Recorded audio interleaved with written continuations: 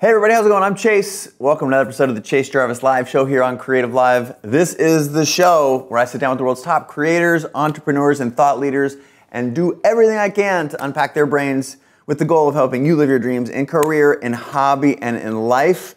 My guest today is a speaker, an author, a marketer. He's actually the creator of one of the books that's been the most impactful in my life. I discovered it at a time where I was I would say stricken with a lot of anxiety about the world, about my career, and the book Play It Away completely set me free. And he's got a new book called Play for a Living. My guest is Mr. Charlie Hoehn.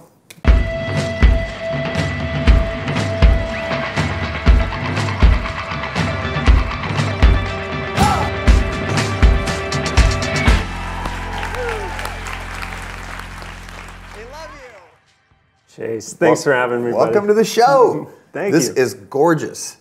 It is. It came out really beautiful. It Thank you. feels so good. I Sorry, before I'm like lusting over the book here on camera. A, welcome to the show. B, it's been like a year. Yeah, it's been a long time. Yeah, a lot's happened for you. You just released the book, self-published. Yes. That's, I think, an incredible. I want to talk a little bit about that.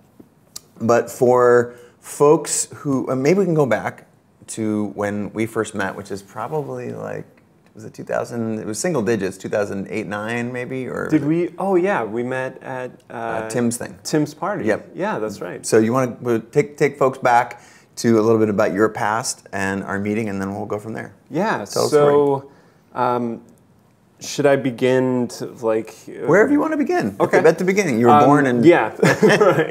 Right. So I got out of college in 2008 during the recession, and like a lot of my friends was sort of expecting, we were sort of expecting things to just kind of fall into place pretty easily, and they did not for many reasons.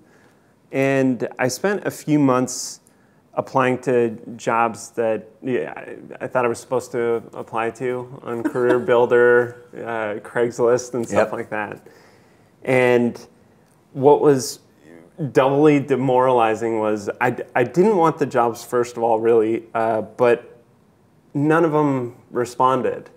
And so, and this was happening with all of my friends, and we were like, what are we gonna do? This is I just sunk all this time and energy into college. Yeah. No one had really taught us how to properly get people's attention, like Norton got your attention, you know. Yes. So I told my family I just want to spend the next few months like just doing what I want to do, trying to work with people that I really admire. And if something comes of it, great. If not, I'm back to where I am. Yeah, and you would have gotten some value in the interim, you know, while you were chasing that. Right. Yeah. And I actually told him I'll go be like an oil landman or something. Yep. Guaranteed job. Anything that you're making pretty good money. So I got really lucky. Seth Godin was doing a virtual internship at that time. So I was able to be one of, I think 200 people initially signed up, and I was one of like a dozen that were left at the end that stuck with it. And so he promoted us on his blog, and that was my first toehold into the working world. So I started getting job offers through that, and then I started working with Ramit Sethi and offered to help him with his video stuff. Yep. And then I started working with Tucker Max, and I offered to all of these guys that I'd work with them for free, and I would give them a gift, basically. I would say, here's something you can use in your business right now. So for Ramit, for instance, I made him a speaking demo reel that he could use to get speaking gigs. And that's before you knew Ramit, right? Or is right. that, yeah. This was sort of to get their attention? Yeah, so we had emailed a number of times back and forth, but we hadn't really hung out or talked much. Yeah. So it was just to get their attention, to build a portfolio piece. And long story short, I ended up working with Tim Ferriss. Ramit and Tucker both introduced me to Tim Ferriss, said you ought to work with him. I ended up being his first full-time employee, his director of special projects, and did a number of crazy things with him, and that's how we met. Okay, I'm going to trace back a couple of steps because so it's my goal at the show to help people like get into the things that they care about, and whether that's as a hobby or as a career. And so many folks that are fans of the show, the podcast, they don't know where to get started. And what you just said, I think, in a world where jobs are scarce and mercurial, and or we're doing shitty things that we aren't programmed to do, or we're following some sort of cultural norm. And I think it's interesting, before we go further, I think it's interesting that you experienced that and decided to try and break out of that mode. I think that's a mode that so many people, there's this realization, especially now with information moving so fast, you can see a lot of people tapping into their dreams, and then when you're just kind of grinding at this job that you don't love, that's slowly wearing you down, that creates this sort of anxiety gap between what you're doing and what you want to do, and you see other people who are doing the things they're supposed to be doing. How intentional was that? Where you realized that, I heard something in your opening sort of salvo there, that it's like, I was doing the things I was supposed to do. So talk to me about that, because I think that's a huge thing for the folks at home. Totally. Yeah, so it was extremely intentional and occasionally uncomfortable. So like my mom thought it would be a good idea to go back and get my MBA, that it was like a good time to do that since no one was really hiring. And I just thought, there's no way that another degree is going to solve this problem of me looking like everybody else that's coming out of college. Yeah. So it was really intentional, and I knew who I was sort of at the core, was somebody who was an ideas person, a creator, and I just wasn't seeing anything that fit me on any job listing site. Yeah. And that's the way it's supposed to be. Yeah. Right? You're supposed to like lock in and see your thing and like go all in, and I want to be a doctor or a lawyer or a whatever you see in the world. And if you don't see that, I think that's one of the things. I just had Brene Brown on the show. We were talking about for people of color or in gender imbalances. Like, you need to see your role models in your thing, and without that, it's frustrating and anxiety you feel creating. A little crazy. Anxiety creating, and I think you said demoralized was a word you said earlier. Like, and so if you're not seeing yourself in the image of the things that you're setting out to do as a career, you have to change that, and maybe that was the impetus for you. Well, it was just so frustrating too, because the whole implicit promise is like, if you go through these series of steps for 17 years of your life, it will work out, and then the rest is like, there you go. Yeah, gold watch 40 years later right. and retire. Yeah, so it was actually the best thing that could have possibly happened to be hit with that. Like, no, that's not how things work. You actually have to try and strive to.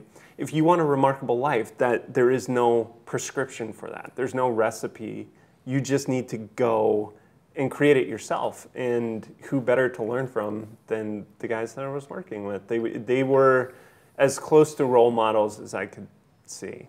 Well, also implicit in that story is that you were aware of the things that you liked. You said earlier you knew who you were, and that you, at somewhere in there, you're like, I'm not this, maybe 9 to 5 is not the right, I'm not, cut out for the corporate world or whatever. Right.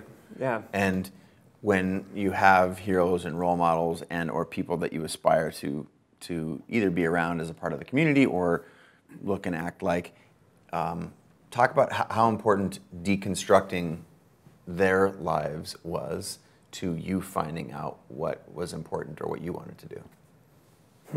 Like, were you looking at Ramit and like, what did Ramit do? Well, Ramit sort of hacked his way into creating a career for himself. Yeah, it was really that they just had done, all of them to me had walked away from the typical path, the conventional path.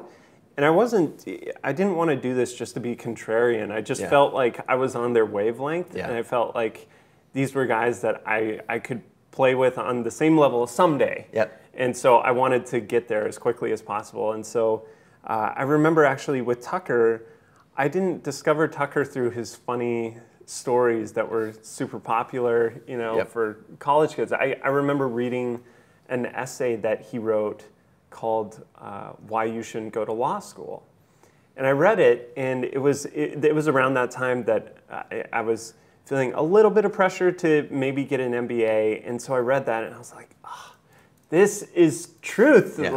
And I love that about Tim too. Yeah. It's a lot of the stuff he was saying was very Office Space, Fight Club-esque. Yeah. It captured what a lot of people were feeling, and I don't know, man. Kids are smart. They can pick up when adults are not crazy about the life that they've chosen for themselves, and you get that sense early on in your life. And I'm sure you got that at some point as well. Yeah, it's like speaking truth. You can hear the truth from bullshit, and maybe your truth also, embedded in there when the people are living their dreams. It's very intoxicating and inspiring and gives you energy. Energy is, I'm a huge believer in energy, not necessarily, not this, but not like, oh, I can feel your chakra or blah, blah, blah. Like, it's just energy, like having some is required to do whatever you care about. Yeah. And it's those things, it's a cycle, right? When you see things that inspire you, you get energized. When you have energy and you do those things, you get re-energized, and energy is the thing that propels you. Yeah. Versus, when you're doing something you're not supposed to be doing or what you don't love and it's draining to you. Yes. And when something drains you, not only does it not give you the gas tank, but there's a psychological spiral down, which is a miserable and scary place. Yeah, you grow to resent yourself. You grow to resent the people around you because you start to think like, oh, they're part of the reason why I'm here. And you're keeping me down. Right. Well, so again, going back to your opening salvo, talking about like seeing people in the world, all of whom that you mentioned have been on the show: Ramit, Tim, Seth, all exemplary examples. Can you say that? Exemplary examples of what the show, what I think what Creative Live stands for. If you look at the work that you did there relative to what you thought you would have gotten if you would have followed the path that your mom asked you to go on, which is go spend another 2 years, 40, 50 grand a year to get an MBA. Contrast where you went and what you learned versus the traditional path. I mean, it's you can't compare. You can't. It's totally different worlds. But so with Ramit. So the question is basically like, what's the difference between if I had gotten an MBA versus where I went? Yeah, and maybe it's theoretical versus practical, or maybe it's like the real world grind, or you get to see behind the scenes of what it actually takes versus learning about case. Like I don't know, because I think what people are sitting at home right now and they're having the same conversations. They're like, their parents are saying you need to go to school, or their employer they're in a bullshit job and their employer's saying, the best chance you have to get a raise is to go get your MBA or to get your advanced degree. And maybe it is in that field, but I think there's something about the practicality of like doing shit, it's more a portfolio world now than a resume world. Yes. Is maybe at the core of the question. So what are some of the things that you picked up on? So for people watching this who are in that position, they might feel that getting another credential is the safe path, that throwing down another $100,000 in debt is actually safer, right? In your face. But that's the narrative, though. That's why the face I made. For those of you listening, I just made a bad face. Sorry. So the way I viewed it was, these guys generally are probably not going to. I wanted to work with them so I could get the behind the scenes, so I could actually see it. And you can actually read the first email that I sent to Tim Ferriss, breaking down like, here's what I want, here's what I can provide for you, here's why I want what I want, and here's what I'm willing to do to make this happen. And I basically said, I just want to be able to see entrepreneurs doing their thing the way that I could see myself doing my thing someday. I want to know how that's done. And so I offered to work for free for them because I knew it was more valuable than paying $100,000 for a degree where I could study some case studies and learn how to write a business plan. You know? Yeah. So my life, if I'd gone the MBA path, I would not have the confidence in myself to know that I could play the game, right? It would all be theoretical. Yeah. You'd be $100,000 poorer. $100,000 poorer. With less confidence and still not know what it took to do the thing. And still, right, and still in this little safety net that isn't really real. Yeah. I also gained relationships that immeasurable, yeah. the value. And I was explaining, somebody asked me the other day, what was it like working with Tim Ferriss? Like, what was the big change, the transformation that you had? And I said, you know, the thing that I really took away from it more than anything, he expanded my brain. Like, he expanded what I thought was possible in the world. A lot of people read The 4-Hour Workweek and they're like, what? But hanging out with him was like 10 times that. Yeah. Because of the people he introduces you to, the opportunities that he gets, the work that he would hand off to me. Yep. It's just stuff that I would have never done on my own. Yep. There is no company in the world that would have handed me those things at the time. Yeah. There probably are some now because they've seen like, oh, that's a new thing. There's a market there. Right. But at the time, it was like, I can't believe this is my job. This is unbelievable. It's amazing. It was my dream job. So I'm going to grab the ball for a second. Say Tim and I have been friends for, I don't know, probably going on more than 10 years now. Shortly after the 4-Hour Workweek came out, and a mutual friend introduced us, and when he had an event, and at the event, I remember very clearly meeting you. It was an event for maybe 100 people or something, and really fun, interesting people who now I'm thinking back like, oh my God, those are like, that's where I met Neil Strauss, and that, you know, just a really fun cross section of people. And I remember very clearly being introduced to you, and it's like, oh, I can tell that dude is on a mission. He is an amazing executor, and all the shit that's happening around us is, you know, largely as a result of the work that Charlie's doing. And I'm an idealist, a dreamer, and I've always worked to pair myself with people who had a passion for the executing. Like my wife, Kate, is a producer.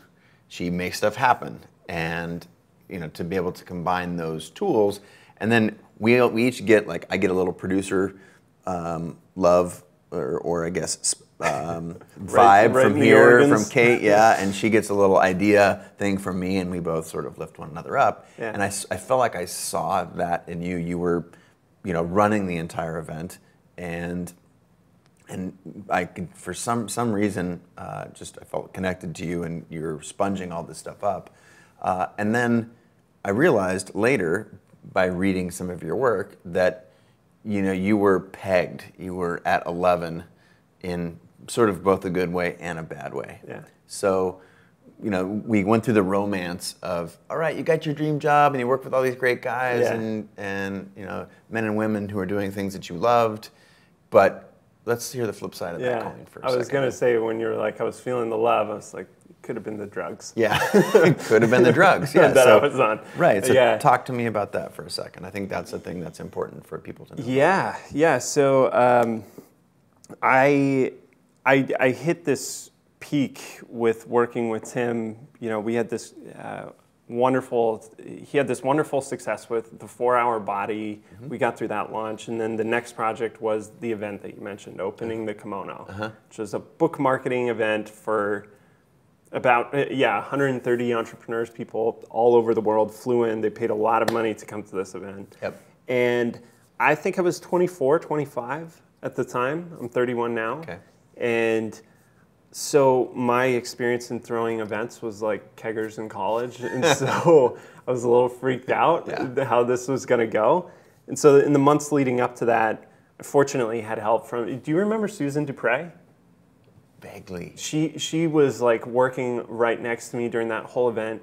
She reached out to me before that event and she said, I'll help you throw this event for free. And her background was she had just helped Steve Jobs launch the original iPhone.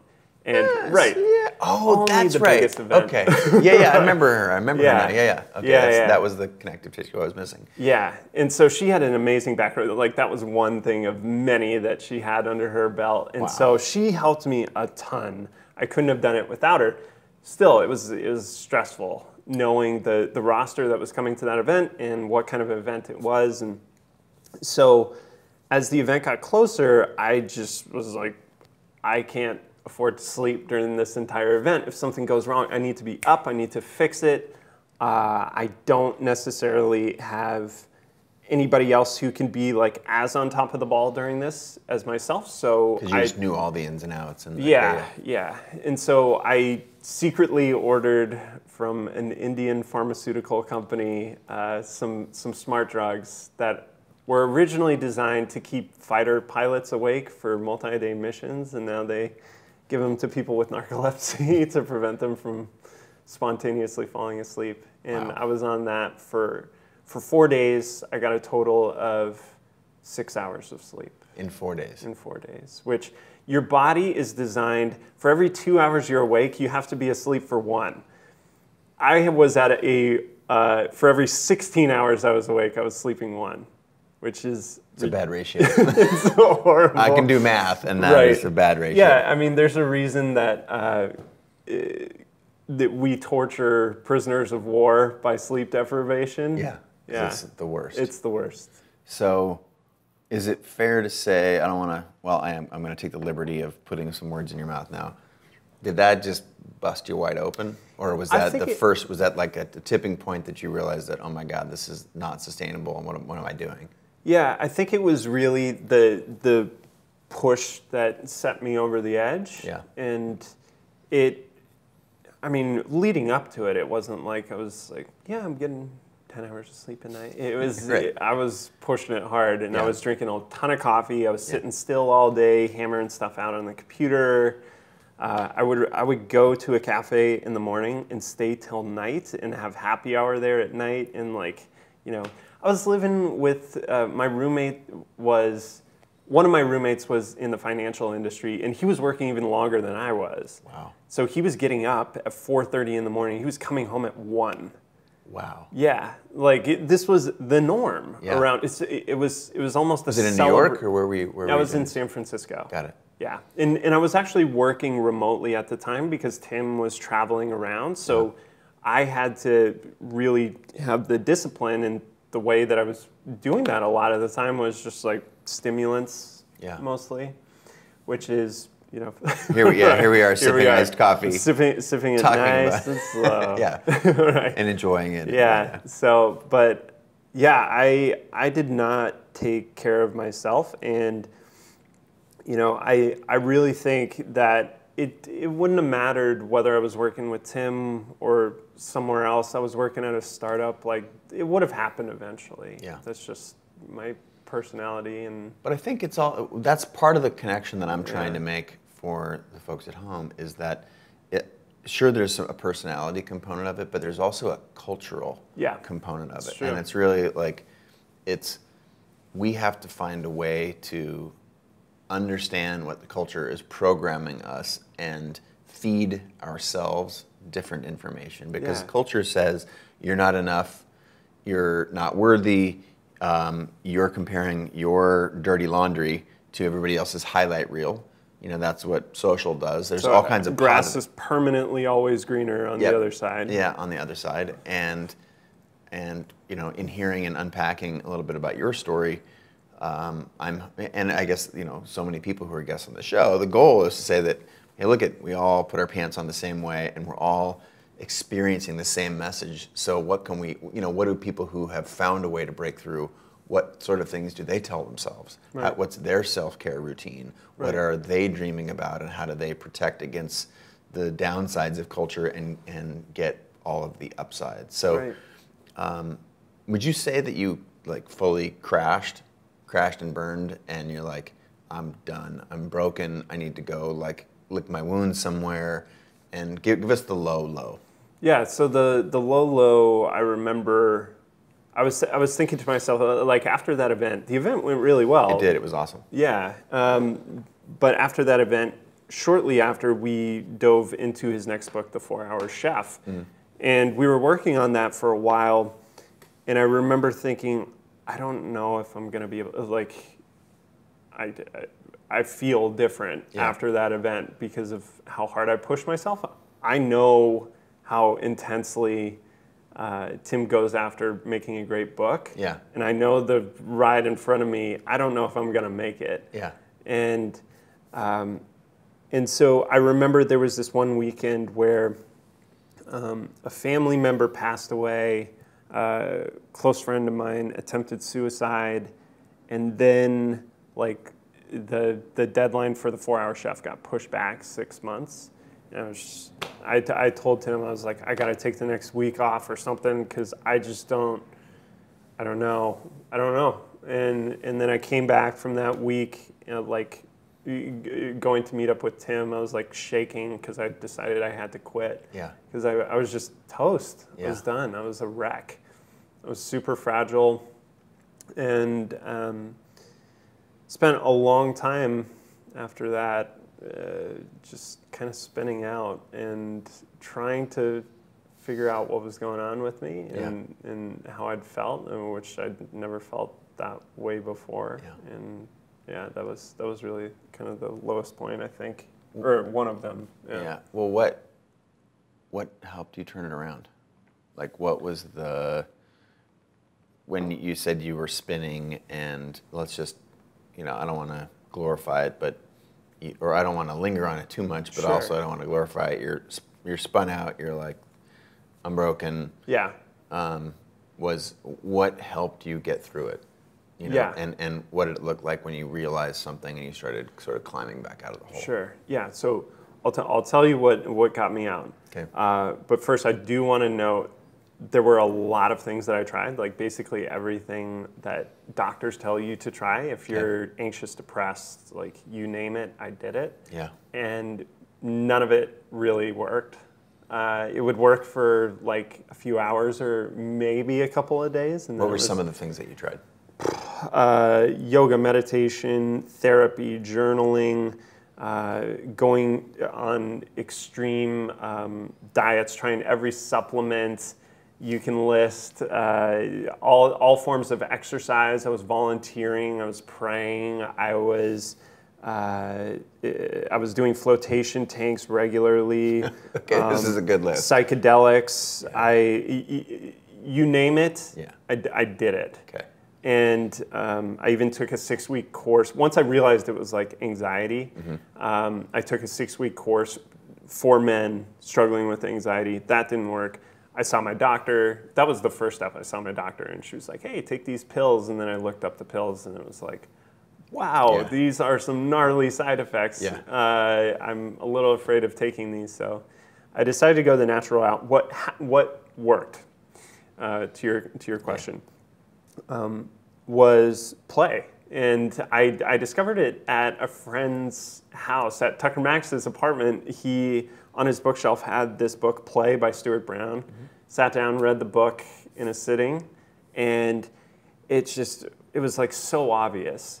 This book it talks about the evolutionary benefits of play and like why play is the key to creativity. It's why human beings are able to bond with each other and form communities and connections, and like play is this essential ingredient in life. Like, you can deny work. A person can go their whole life without working. Human beings are designed to play. Like, you cannot prevent a person from playing. And they have done tests on animals where primates and lab rats, where they stop them from playing. They give them everything else that they want. They give them food, water, love, nurturing, shelter, everything that they need. But when they stop them from playing, they develop emotional and social handicaps. They're crippled. They lash out at their environment. They're afraid to explore. They're afraid to interact with their peers, and then they'll just like lash out angrily at them. And I started digging more and more into like play deprivation. What happens? There's another great guy. Have you heard of Dr. Peter Gray? No. He's a play researcher as well, and he's measured and studied like what happens, how our schools have changed from the 1950s up until now. And across the board, play has plummeted, and anxiety and depression in kids has gone up. And obviously, like, correlation doesn't equal causation, but the correlation is very tight. As play goes down, mental illness goes up. And so I started thinking to myself, maybe this is all I got to do. Maybe I just add play back into my life. And as I started adding it back in every day, within a month, I had no symptoms really of major anxiety or any. I just felt normal again, and I was back to who I was. So, A, thank you for sharing that. Yeah. B, when I don't know if I think you sent me a draft of the book before you released it. The book is called Play It Away, and in the intro I said it was like one of the more profound books that's affected me, and this is why I'm going to connect a couple of dots we've talked about here. I'm going to try. So we talked about cultural, the nature of culture right now is sort of comparing ourselves to others. Like there's a lot of benefits of social, but there's also the challenge of you're looking at your real life and everybody else's highlight reel, and the fact that we're working so much, and that with technology there's all kinds of upside, but there's also isolation and plenty of downside. And when the book came out, I am a type A person. I have a ton of energy, and I would never have described, and speak in front of 10,000 people, I would never describe myself as having anxiety until I started feeling different, and I thought different was part of success. Like no, I really did. Yeah. I really did. It's like, oh wow, this is a byproduct of success. Is maybe it's intensity, or I don't know what the thing is, and I still to this day don't do a very good job of describing it. But what I felt was there was a hamster wheel, and it was self-talk. And it wasn't bad. It wasn't like you're horrible, but it was like, did you do this and this and this, and when the stakes are high here, and you got it's like kind of what you described earlier is like when you're planning that event, you can't drop this ball, and I got to make this. This is really important, and what if I, and I realized that actually, so that was a nonstop dialogue in my head, and that actually equaled anxiety. That was anxiety, just sort of sitting in my back pocket, going everywhere with me, and certainly I had gone through some hard shit, and when your career is on 11 and this is the soundtrack that's in your brain, and everyone else is like, oh my God, you're killing it, things are blowing up, you get this weird association with, I don't want to give up all the rewards, social rewards that I'm getting, let alone money or attention or fame or whatever the thing is. And when you sort of, there's this correlation of that positive with the negative that's going on in your brain, and for me, it was this dissonance, like something is off. I read your book, and I was like, holy crap, that's what's happening. Wow. This is anxiety. And again, to this day, I don't consider myself an anxious person, but I learned that anxiety is like right under the surface for so many people, and whether it's, I don't even want to use the word diagnoses, but I get the sense that it was a little different for you, that you were aware that this is anxiety. I'm seeking, medical professions, and I'm seeking therapists and whatnot, and it sounds like your play, it was a very, very intentional thing. Like, I'm gonna try this, and so. What this is the leap here, this is my 2-minute monologue here, is that whether intentionally you have anxiety and you suffer from it and you can get out of it through play, or if any of the things that I described, like just that running monologue and self-talk, constant worrying, like what I would encourage anyone who's listening or watching to take up play. Yeah. And so now I'm going to hand the ball back to you and say, so what were some of the things that you did? Yeah, go ahead. Yeah, take it away. just to add to what you were saying is, I think it's important for not only the people who are having the constant worrying like you're talking about, but some people who are watching, I'm sure, are like, I'm anxious and I feel anxious. Yeah. It's a feeling. It's not the concept. There's like the rapid heartbeats, short breath, that sort of thing. It applies to both. Yeah. Right? That's fair. Play can help both. Yeah, fair. So now let's get real tactical. Yeah. So what did you act? Because saying I played is very ambiguous. And right. And Norton's sounds smiling a little right there. childish. He's like, yeah, we're playing. Like, what is play? It sounds childish. You're right. There's a lot of stigma around the word. Yeah. Let's go play. You're right. Play house, play dolls, play football, play. So what did you, when you said you started to introduce play into your day, get tactical, what does that mean? What did you do? I just mostly played house. So for everybody, it's what is your play history? When you were a kid, when adults weren't forcing you to do anything, you weren't getting graded, you weren't getting judged, like what were the things that you and your friends were just naturally drawn to and would do for hours and hours at a time because it was fun and like put you just naturally in a flow. Yeah. Right? So for me, that was the first step, was reassessing like, okay, I know who I am, I just have not been in touch with that individual for a while. And so when I did that exercise, I found playing catch, playing home run derby were two big ones. I created art. I built things with my hands. And this is sorry to interrupt you. So you're just like, what did I do when I was 12? When I was growing up. Yeah. To bring joy when I had a lot of time. Yeah. And what was you look back, you go, oh my God, that was fun. Whether it was like that all riding the a time. little mini bike around in the backyard or like you said, playing wiffle ball or whatever. It's like literally go back and survey the things in your history. What did we spend the most time on? And it gave me this cool excuse to call up some of my childhood friends. And I was just asking them, like, what do you remember us doing? And they're like, dude, you played so many freaking pranks on us. Like, it just drove us nuts. So pranks, practical jokes. I loved doing sketches, like filming sketches with my friends. Okay. So I had this list of things that I just hadn't done in a long time. Yeah. Or if I had done them, I didn't allow myself to enjoy them.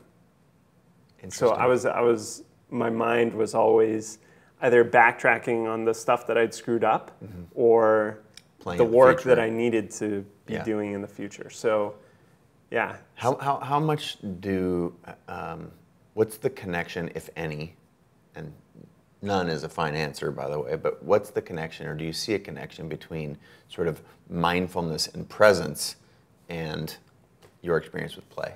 100%. Yeah, because it brings you into the present. Yeah. If you allow it, if you're enjoying yourself, if you're enjoying your life, you're not in the future. Yeah, you're present. Right. Yeah. Yeah, and play is just an activity that just brings you straight into mindfulness.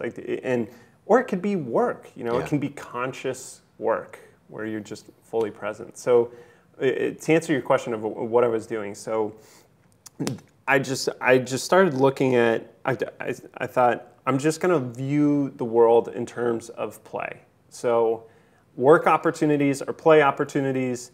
People are potential playmates. World's a playground, not a prison, the way I've been thinking of it in this place where things can go wrong. And people are not transactional. So the next day, a friend of mine introduced me to his friend, because I had just moved to Austin. Okay. He said, you got to meet this guy. And he was like, hey, let's go over, meet up and have coffee. And talk about how impressive we are to each other. Yeah. And I wrote back to him and said, why don't we go play catch at the park instead?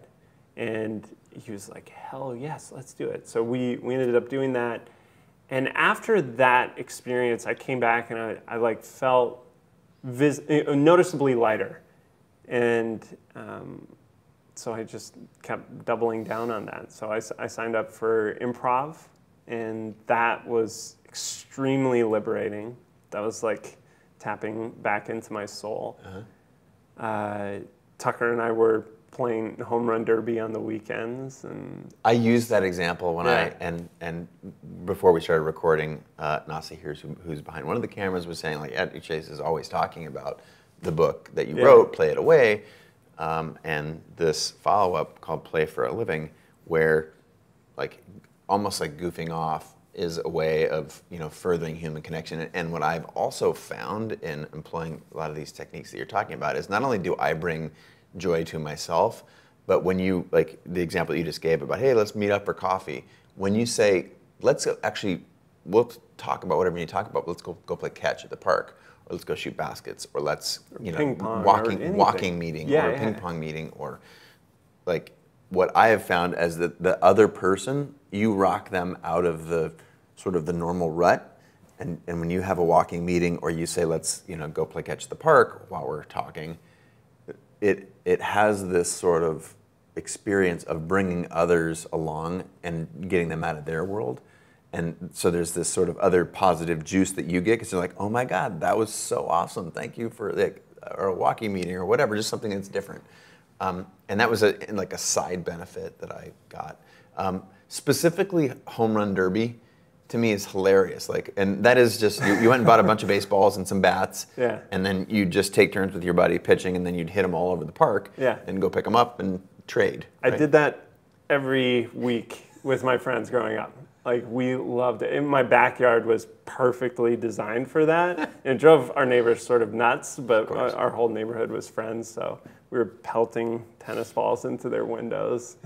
But this is as a full-grown adult, you went back to the things that brought you joy as a kid. Mm-hmm. Yeah, and I've heard from, I mean, that book's been out for a few years now. I've heard from a lot of people who've had those experiences that you talked about. Like, I've heard from sales guys who are like, I'm really good friends with my clients now. I've never had that before because we changed how we did meetings.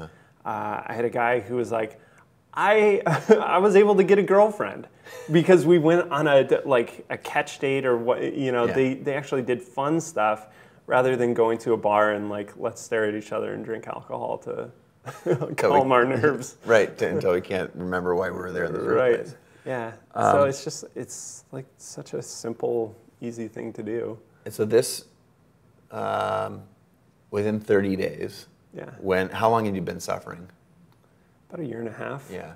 So would you call it depression? Would you call it anxiety? It was a little bit of both. Yeah. It was primarily anxiety. Like, when I say anxiety, I think that word unusually gets thrown out a lot these days. Like, casual. People will be like, oh, I'm going to have a panic attack if I don't blah, blah. It's like, no, not like that. Yeah. It was debilitating. Yeah. It was to the point where I was afraid to interact with people because I always felt like they were judging me or criticizing me or like it was this weird feeling like I was about to get attacked. It's exactly like those, like the lab rats and stuff. Like, it was that primal fear that just sort of dissipated and went away. Yeah, I think I've heard anxiety described as like you're planning for, or maybe this is just a sort of an aphorism, you're like, most of anxiety is planning for things that never happen. And so you're always solving problems that aren't there. Like, what if that person over there attacks me? Then I'm going to, go over here and do this. Basically, every prepper is struggling with emotional issues that they're not addressing. And so within 30 days, by simply introducing play, you, I don't know, do you use the word cured or fixed or were yourself again? Or For myself, it was cured. Yeah. It was cured because I knew if I ever had that sensation again, I had zero fear of it taking over my life. You had a solution. And I knew it worked. Yeah. Here's a confession that sounds a little bit too dramatic. I'm very happy to share this with you. Yeah. Is that because of your book, I track 10 habits that I do every day. One is try and be in bed for 8 hours. Not necessarily sleep, because I don't think I can do that, but try and be in bed, and if I can, great. And I meditate in the morning and the evening, and there's a list. I've shared it pretty widely. And on that list is play. And because of your book, I try to play every day. And the way that I track this is not sort of did I play accidentally, but did I play intentionally? Did I say, I'm going to look at this as a game, and I'm going to try and make it fun and goofy. That's awesome. And whether do you have your phone? I do. Can I see how the progress is going? Sure. What have been some of the things that you've intentionally played? So this, I'm for those of you who are listening and not watching, I use an app called Habit List, which I've talked widely about. Yeah. You're 5 days in a row on Play or Make. Yep. That's pretty good. Yeah, and if you track it, I don't remember how. Oops, that's not what I was looking to do. Where's my data? Oh, there you go. Oh, nice. So hold that up to the camera. That's real good. So those are all the green, or in this sense we're black and white. This is all the light gray highlighted areas are. So I didn't play on the 5th of September. I didn't play on the 8th of September and the 13th, but all the other are clear examples of play. Glass half full. Yeah. You got a lot. There you go. Right. And so A, thank you. Thank you. I'm thrilled. B, that has been a massive catalyst for me, I think, creatively. And it is the sort of the lightness with which it reminds you to live life. And it's both overt and sort of subtle, that when you're playing and you can laugh intentionally. Remember, this is not just, did I have fun? And this is like, did I say, I'm going to make something. Right. Or I'm going to go goof off with my friends, even if it's just for 30 minutes. Or I'm going to send 5 friends funny internet videos, or do something that is goofing off. That it has wildly transformed my life. So I've been wanting to have you on the show since then. So A, thank you for making time. Thank you. Can you tell a quick story about a time where it really stood out to you? Sure. That you did that? I'll use Home Run Derby as an example. Nice. And it was not too long ago. Again, I've been doing this now for, I think I've been tracking data for about 2 years. But this was something that was really recent, and it was Home Run Derby. And I use Home Run Derby, and I say, oh yeah, my friend Charlie wrote this book, and when you're thinking about playing, for Charlie it was Home Run Derby, something he did every, a couple times a week when he was a kid growing up. And the philosophy is really simple. You look at what brought you joy as a child, and you go do that as an adult, and you feel like you're getting away with something, and it's light, and you bring work and those two things together.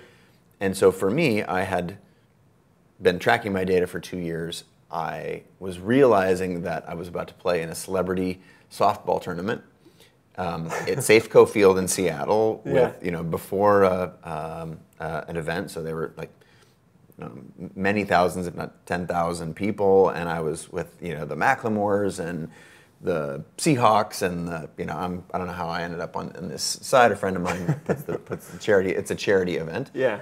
And I was thinking to myself, like, oh man, I'm gonna have to take, I'm gonna have to hit a baseball in front of 10,000 people, and I haven't hit a baseball since I was like 15 or 18, right. So I should probably do that. And it was like, wait a minute, like this is literally, and I've been tracking my habit for a long time, playing. I've been training for this moment. But I was thinking, like, I'm gonna actually do Home Run Derby. So a close friend of mine and the COO of Creative Live, a guy named Mac Azadi, who's an incredible human. He makes the operations and all the day-to-day stuff happen at Creative Live, an incredible operator and great human. His son is on a baseball team, and they have a coach. And after we got out of work at Creative Live, and we went and picked his son up, and I saw his baseball coach, and I was like, is it kind of weird? Like, I've got this thing coming. I used the game as an excuse to play Home Run Derby, but I asked if I could hire their hitting coach to take me to a park and pitch softballs to me for an hour while I just roped them all over the place. And it was, again, I used the ruse of, I've got this, celebrity softball tournament, I don't want to embarrass myself. Right. But it was in part just absolute joy. And so the guy was awesome. He got me back into my little hitting, my groove that I was in when I was a younger human, and it was unbelievable. It was the most fun I've had in an hour in so long, and it was like, I used your example literally as a thing, like I'm gonna do that, and I'm I used money to pay for it. Yeah. I don't own 100 baseballs and a bunch of aluminum bats, and I don't have a friend who's, good enough to throw, strikes over and over and over so I can just rope them all over the field. But I did it, and it was incredibly joyful. I will say that when I actually got to the game, I had one single little grounder, and I had a line drive shot that was going over the fence, and it was literally caught at the fence by Jay Buhner, that is major, an honor. a honor. major league center fielder who is now retired and was part of the charity. So cool. And he only got it off a dead sprint. And I was like, really, Jay Buhner? You ripped off my home run? But the point is not the result. The point is the play. And so. That's so cool. Thank you for sharing. What a trip, man. Yeah. That blows my mind. It's literally home run derby. That's so cool. I mean, you write a book and you're like, this is such a pain in the ass, and then you hear stories like this years later. You're like, absolutely worth it. So glad I did absolutely that. worth it. That's amazing. I love that. Well, what I'd like to do now is talk a little bit about, is it fair to consider this an extension of Play It Away? Yeah. So in Play It Away, there's a section that I loved, which was quotes from our world's greatest workers that I was showing, no, these guys are the greatest players. They loved their jobs. They thought of work as a game, and they used it as a vehicle to have fun. Yeah. And I love that part of Play It Away, so I made it into initially a slide share, and that blew up, and so I realized, it would be really cool as a book, and that's how it got started. So it's called Play for a Living. Mm-hmm. You had a co-author here, McKenna Bailey. Yeah, she was the project manager, oh, cool. And when it hit a point where I was like, "Look, you're co-author. Yeah, your so name's on work. this thing. Yeah. Your name's on this thing."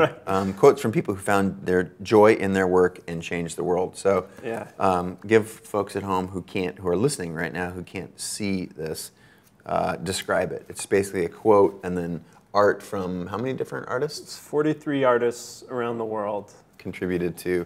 Every child, this is a Picasso quote I'm reading here, every child is an artist. The problem is how to remain an artist once he or she grows up. Yeah. Steve Martin, I loved to make people laugh in high school, and then I found I loved being on stage in front of people. Peter Jackson, the most honest form of filmmaking is to make a film for yourself. This is great. This is like 8-bit emoji art here. Yeah, so I tried to have the artists match the personality to kind of capture the essence of the person. And really, I mean, to that Peter Jackson quote, I feel like the most honest form of writing is to make a book for yourself. Yeah. And I definitely made that book primarily for myself as just a reminder and just something to turn to throughout life. And it ended up just being a really fun group project. Oh, it's beautiful, and as we were joking, I think before we turned the cameras on, maybe it was after the cameras on, I forget where we turned them on. It was our recording, because we were talking before, but that your friend's kid stole the book and won't give it back. Kids, it's real, right? If they love it, and it's beautiful. Yeah. Congratulations on that. And what's the best place for people to pick that up if they wanted to pick that or Play It Away? It's on Amazon now. Okay. It just went on Amazon, so you can get it there.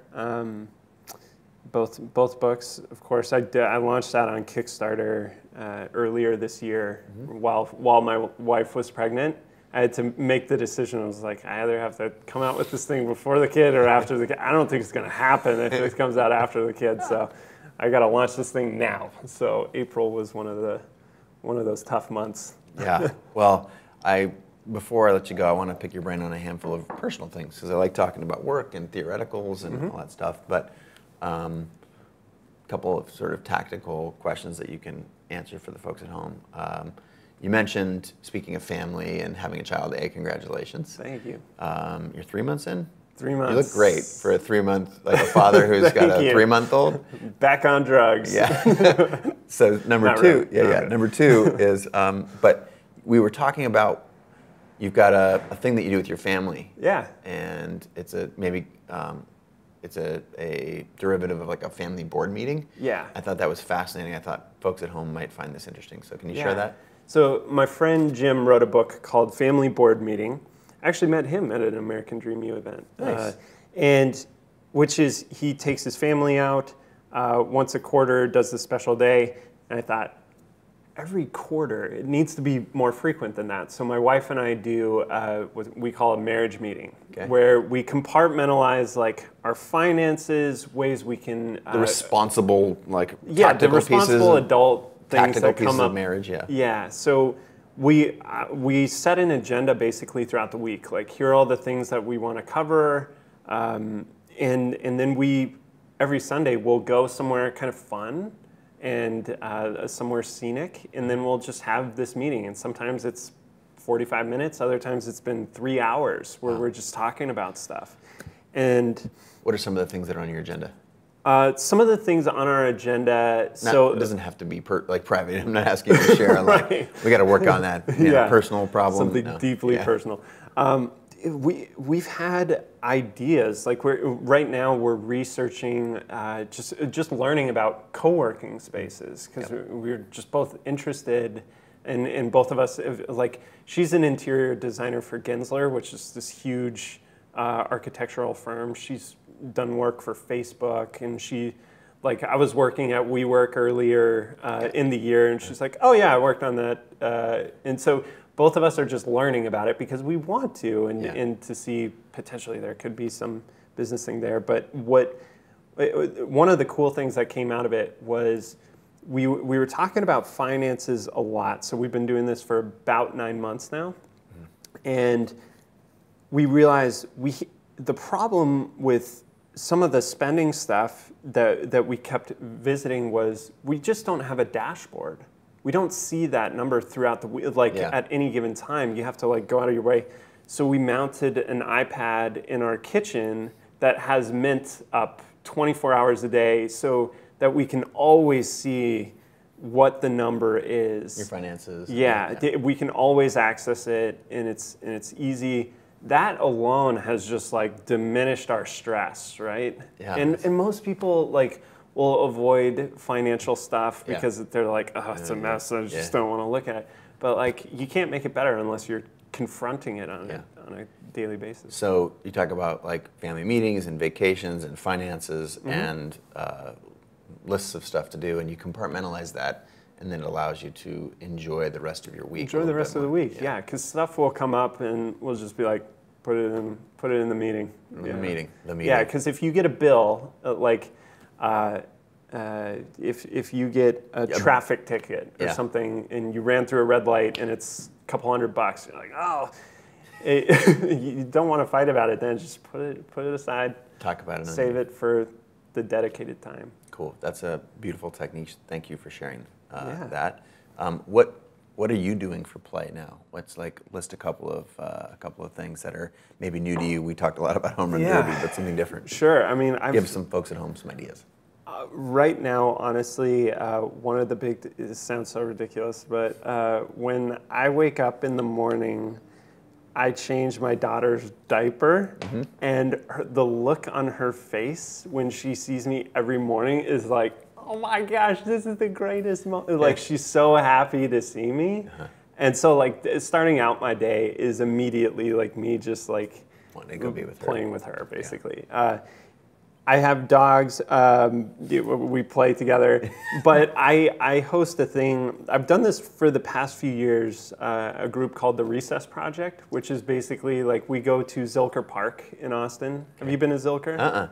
You have to go, man. All right. This is my #1 favorite place in Austin. My next trip. I'm on a plane here in 3 hours, so my next trip. So it's this big, beautiful park. You can walk around barefoot. It's so fun. And so every other week, I'll go there with friends. I've got a Facebook group now that's has swelled over the years, but it's not that big. But people come, they show up, and we just play catch. We play soccer. The Recess Club? The Recess Project. Yeah. So it's just a dedicated group to. It was really to hold me kind of accountable and to keep playing. So that's the big one. Books. inspiration? What's on your hot list right now? And I know like it doesn't have to be the best or the thing. Just like again, keeping tactical and what's inspiring you right now. What's inspiring me?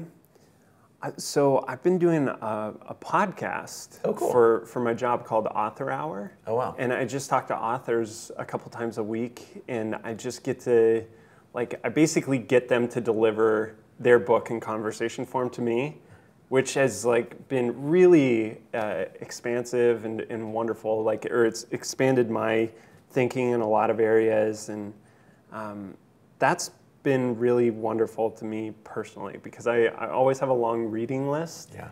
And so nonviolent communication, the book has been on my to-do list for ever. Yep. And then I got to talk to a guy who runs the Nonviolent Communication Center in New York, because the guy who wrote the book has passed away. Yes. So he's so just being able to talk to authors has been awesome. Can I share that nonviolent communication was something that was on my wife and I have a list of just a couple of goals each. We try and keep it pretty tight each year, and we made that reading that book, the seminal book, and putting that into practice as a daily habit, and something that we were gonna at the end of the year we could look back and say that it has been hugely impactful. Sure. Just the fact there's a couple key principles in nonviolent communications, like observe without judging. So you're looking around at why am I feeling like this? What's happening? Help me with this one. The second one is stating. The third one is human needs. The second one is. I can't recall. Yeah, no. I want to do this. Yeah. It's in my. Let me look at my. The wording is important because I want to make sure to get it right. Watch this here. 1 second here. This is how close it is. Burp. The word is right. Okay. So identify and express your feelings, not your thoughts. If you're saying, I think that every time you do this, it's about you. So I'm using the word you, and I'm saying what I think versus if you say, when you do this, I feel scared. Yeah. There are actual I feel afraid, I feel hurt, I feel upset, I feel nervous. Yep. And make it about you as opposed to the other person. Totally. Or you're observing, and I observe that when this happens, when you assign a feeling, what it does, and you put it on you, the other person is immediately more disarmed. Their hackles aren't up. Right. Then the third step is saying understanding rather what human need it's violating. I need to feel safe. When you do this thing, it makes me feel scared, and that makes, when I feel scared, I feel unsafe. Right. And so next time, and then you make a request that would make your life better in some way, shape, or form. And that is so next time, if you have some criticism for me, could we say it? Could you say it in a different way? So is it, with you and your wife, is it pretty fluent now? Actually, it's not. And so it's September, and we've been working on this for 9 months, and it's still very intentional. We walk one another, and we find we're in a disagreement, or when we're observing something else, and we hear the other person going down a bad path, words matter, and words matter deeply in your psychology. So how can you change this and frame it in terms of nonviolent communication? So it's still an exercise that we feel like we're doing, but so powerful. And I've used it in expressing how I feel. It is so, it helps me feel better, and I think it contributes to vulnerability, which increases connection. And in observing other people who are struggling with that, I've used it in a professional setting, and it has completely disarmed what would historically have been a really volatile situation where you start saying I think something. Right. I think you're pissed. Yeah. To me, that's thinking is not feeling, and so when you say you're thinking, you're ascribing that to somebody else, and then when you're saying things like you're saying I think, therefore I judge. Yes, there's rather judgment than in there. It seems like. Or I'm observing that. Right. Yeah. Rabbit hole, but I think the point of your ability in this podcast to connect with cool, interesting people, I just wanted to share that nonviolent communication, this is like a side recommendation, And this is No, it's a good one. Yeah, it's a technique that was. What's the author's name who wrote the book? Marshall Rosenberg. I think you're right. Yeah. Or Rosenthal. Rosenthal. One of the, Yeah.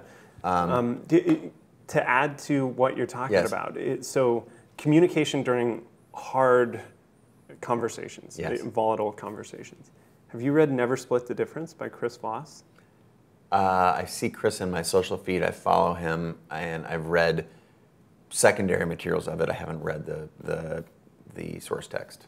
The book is pretty mind-blowing. Yeah. Yeah. Never Split the Difference. Yeah, so his background is he's obviously FBI hostage negotiator. Yep. So he's got some crazy stories. Yeah. And his breakdown of these types of conversations was, I've found extremely helpful as well. Sweet. Yeah. Some What nuggets. about you? What are you reading these days? Well, just nonviolent communication is That's the something main one? that's. I think I'm putting that into practice. I've always got 3 or 4 books. Brene Brown's most recent book, what's her next one? Braving the Wilderness. Braving the Wilderness. It's the wilderness has always been this great metaphor Yeah. for like solitude and adventure and so many things that we think about like on the hero's journey. Ding ding. Oops, that was bad.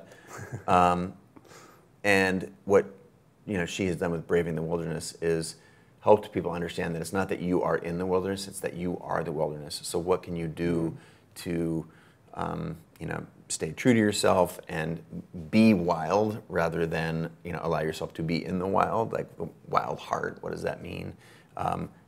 Awesome book. Perennial Seller, Ryan Holiday.